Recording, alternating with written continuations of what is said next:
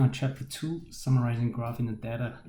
And we're going to talk about other way of graphing data.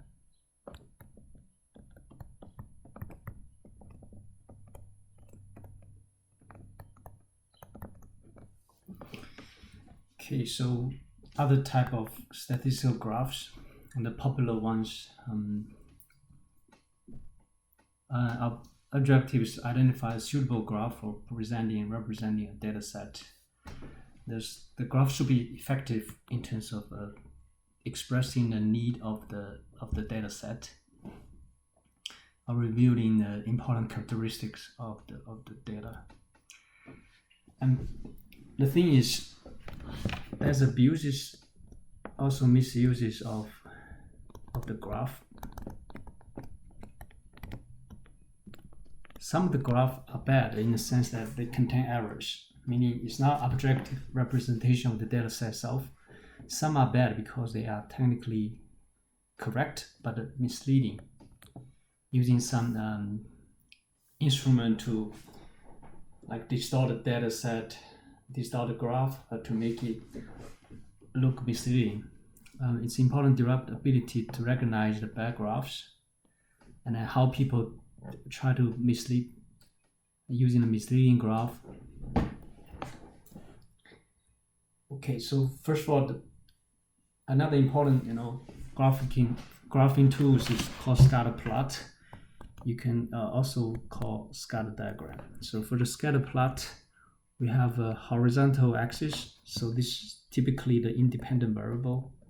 So in this case, waist circumference is independent variable,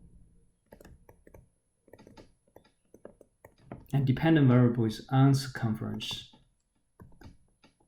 So as you try to depict dependent variable, arm circumference depends on the waist circumferences. So horizontal axis and vertical axis. So you get order pair, and each order pair becomes a dot on the graph. Okay. And now from there we get a scatter plot, and we try to investigate using the waist circumference to make the prediction about the arm circumference.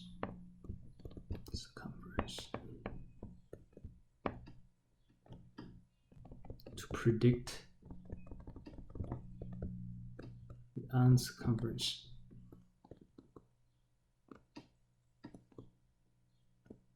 And this technical analysis is what we call the linear regression analysis.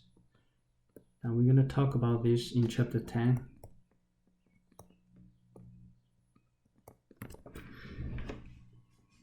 So if you look at the scatter plots, you can see when the waist circumference increases, so the overall trend here is when the waist circumference increases, then the arm circumference increases. Okay, so this is what they call the direct or positive relationship, correlation, okay, between those two variables. The scatter plot actually helps capture the relationship between two variables. We call those two variables independent variable and a dependent variable. Now, second important tool is what we call a time series graph. So most of the financial data is presented using a time series graph, financial data. Okay. And if you look at this particular example, it's time series graph. On the horizontal axis, this is time in years.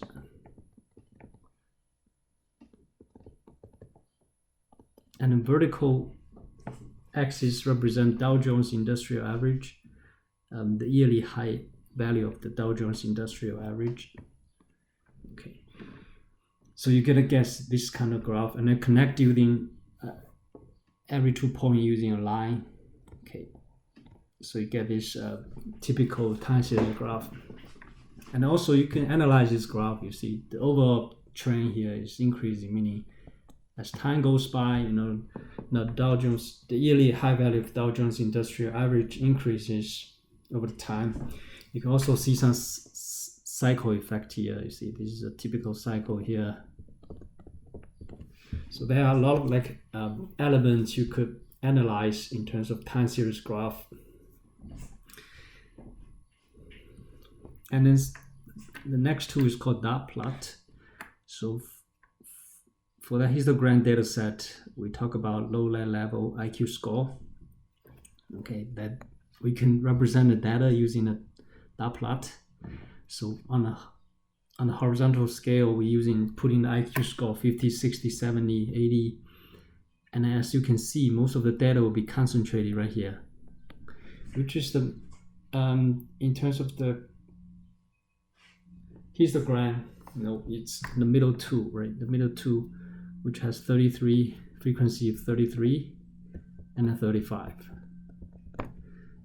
This is where this is.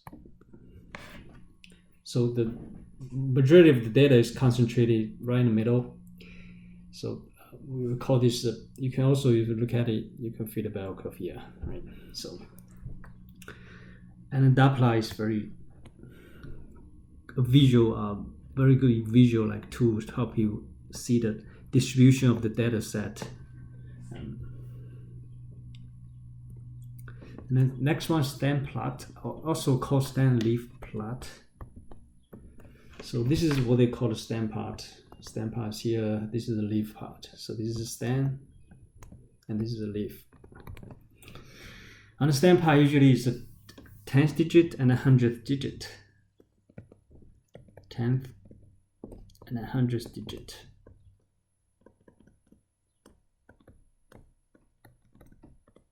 Hundredths. Okay.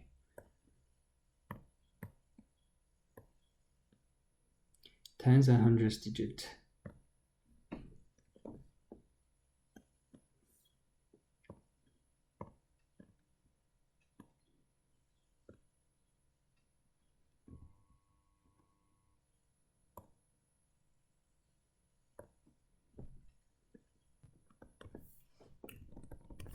On leaf size, it's 1 digit typically.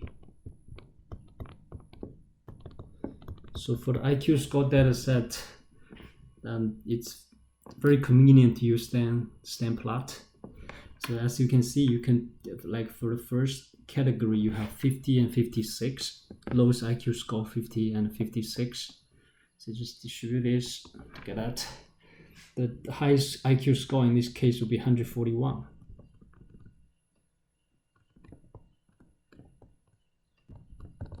One for one. And as you can see, you can list all the IQ scores based on the stand plot. So for this scale, you get 111, 115,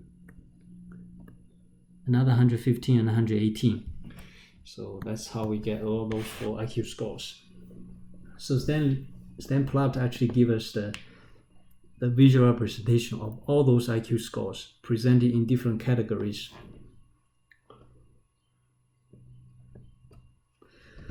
And then we also have a bar graph.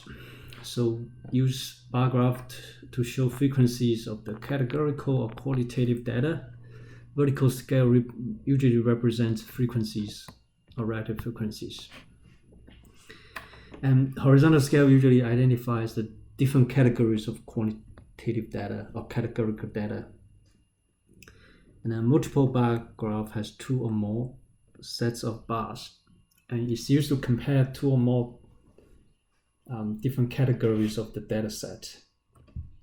Let's take a look at this. This is a multiple bar graph. Right here, we try to compare the median income by gender. Blue one represents a male, and then a pink one represents a female. As you can see, from 1950 all the way to 2010, there's a gap. There's an income gap between the male and the female. So the male workers always make more money, earn more incomes compared to their female counterpart. So by presenting the graph presenting the data set in this particular form, you can easily compare the income gap between those 2 genders. As you can see, the horizontal axis is year. Okay, and the vertical axis, and then it's median income. Okay, and then we also have Pareto chart. On a Pareto chart, horizontal axis is always categorical data or qualitative data, categorical data or qualitative data. And vertical axis in this case is percent. So the question here is what contributes most to happiness? So we have 6 major categories. First one is family and partner, second one is friends, third one is leisure, fourth one work and studies, and music, sports, right? As you can see, the family and partner contribute most to the happiness. The next one will be friends. So using the Pareto chart, you can see this is number 1, number 2, this is 3, 4, and then 5, right? Fifth contributor towards the happiness. You can easily find out the comparison among those different categorical data. And we can easily convert a Pareto chart to a pie chart. So depends on your needs. You can use Pareto chart to represent a data set or the pie chart. So the pie chart basically just draw a circle, and the family and partners here, it's above 65%, contribute 65% towards the happiness. And based on the percentage of each category, we'll be able to come up with this breakdown of the entire pie, right? So each slice represents the percentage contribution towards the happiness. So typically on a pie chart, each slice represents a percentage. So we use percentage to separate different categories here. And we also have frequency polygon. In a frequency polygon, right here on horizontal axis, we're using the midpoint. So this is like the derivative from the frequency, all right? So this is the derivative of the frequency distribution table. So this graph comes from the frequency distribution table. And the horizontal axis is midpoint, as I mentioned. All of these are midpoint. The vertical axis is the frequency. Okay. As you can see, the middle two is 33 and 35. And that's 2, right? 7. And that's 1. Okay. That's what we have from the original, frequency distribution table. And now just connect each two with a line, you come up with a frequency polygon.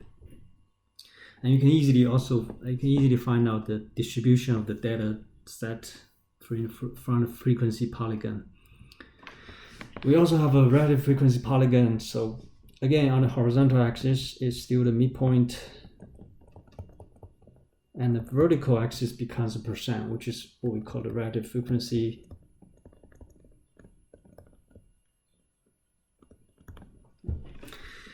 Yeah, so if you look at lowland group, and using relative frequency polygon, we can easily compare the highlight group versus lowland group. As you can see, for the lowland group, the IQ score tends to be higher, right, compared to the highlight group. So relative frequency polygon again is a derivative of the frequency distribution table.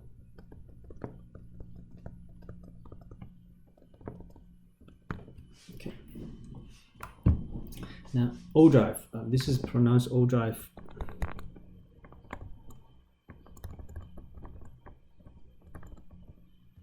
Okay.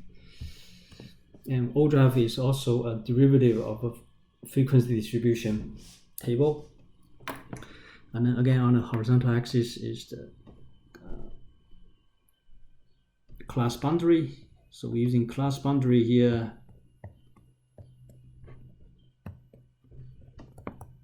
on the horizontal axis. And the vertical axis is cumulative frequencies. Okay. So if you, as you can see, you can analyze this here as 35 of the IQ score less than 89.5, right? And here, if you want to interpret this, look like 68 of IQ score are less than 109.5. Okay, and then the last one will be, you see 70 of the IQ scores are below. If you look at this particular point here, 70 of all IQ scores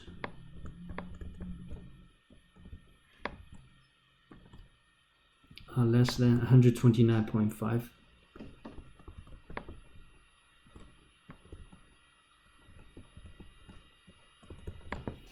So you can use the O drive to get a lot of information, write a summary sentence about the breakdown of all these IQ scores. And then also some graphs are misleading. Also, you can say that they are deceiving graphs. Like these two graphs representing the same thing, right? They compare three vehicles, Honda Civic, Chevrolet Aveo, and a Toyota Camry. And if you look at the first graph, it's more dramatic. Second one is, as you compare all these mileages, highway fuel consumption, so we also call them mileage. As you can see, they are pretty consistent, meaning they are at the same level, right? Similar level. But if you look at the first graph, it looks very dramatic, meaning Honda Civic is way better compared to the other two vehicles. So the reason why the graph looks like this, because they did a distortion on the vertical axis. So that's a distortion here. So they distort data on the vertical scale. So if you look at it, this is the scale starts on 30 all the way to 36.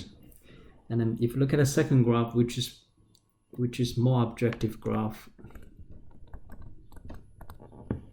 this is a proper representation of the data, and they look pretty consistent, meaning all three vehicles perform in a similar level, because the scale they pick here is more like standard way of picking a scale, which is more objective and giving you more objective outcome. So this is one way to deceive the viewers or your audience. If you distort the vertical axis, it's like you zoom in on the vertical axis to a certain interval, then your graph will look very dramatic, right? Like this. So some in the advertising industry, they usually intentionally do that to deceive the customers, to show Honda Civic is way better compared to the other vehicle. But in reality, that's not the case. Actually, they are very similar. They perform similarly in terms of mileage. Okay, so this is one way to create a misleading graph and then to achieve a certain purpose. And also look at the second example here. This is income and education. As you can see, they use a 3D graph to represent in this different education level with the income level. And the thing about the 3D graph is, and this is misleading, because if you look at the no high school diploma, they're making $18,734. And advanced degree, they're making $74,602. And this cube here is like, this is 4 times, so this cube is 64 times as much as the first cube, right? This first cube. So last cube, the fourth cube, is 64 times as much as the first cube. However, if you look at the reality, you see $74,602 is only 4 times as much as 18,734. So definitely this is a misrepresentation. So this graph is also misleading. Now, so if you're using 3-dimensional boxes, the chances you basically try to create a misleading graph. Right? It doesn't actually represent the actual difference between all these different education level compared to their income level.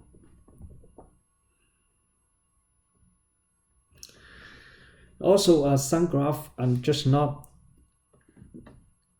not very clear in terms of achieving a goal. In this case, income and education, you can present it in this particular form, but however, this graph doesn't show a clear difference between all these education level and the income level. You see the bars has the same width, and also it's too difficult to understand, what the creator of the graph really tried to demonstrate. So this is also kind of misleading, graph.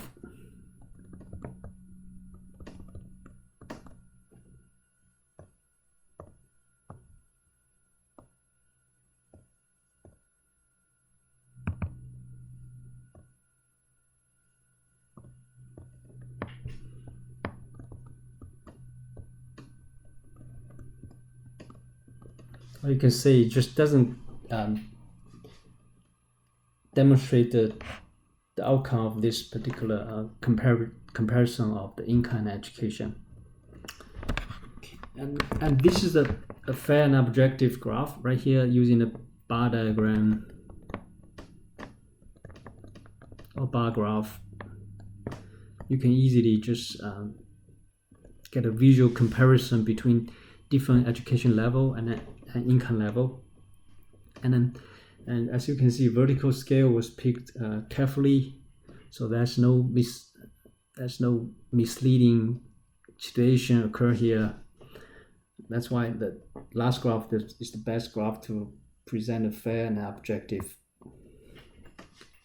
relationship between the income and education.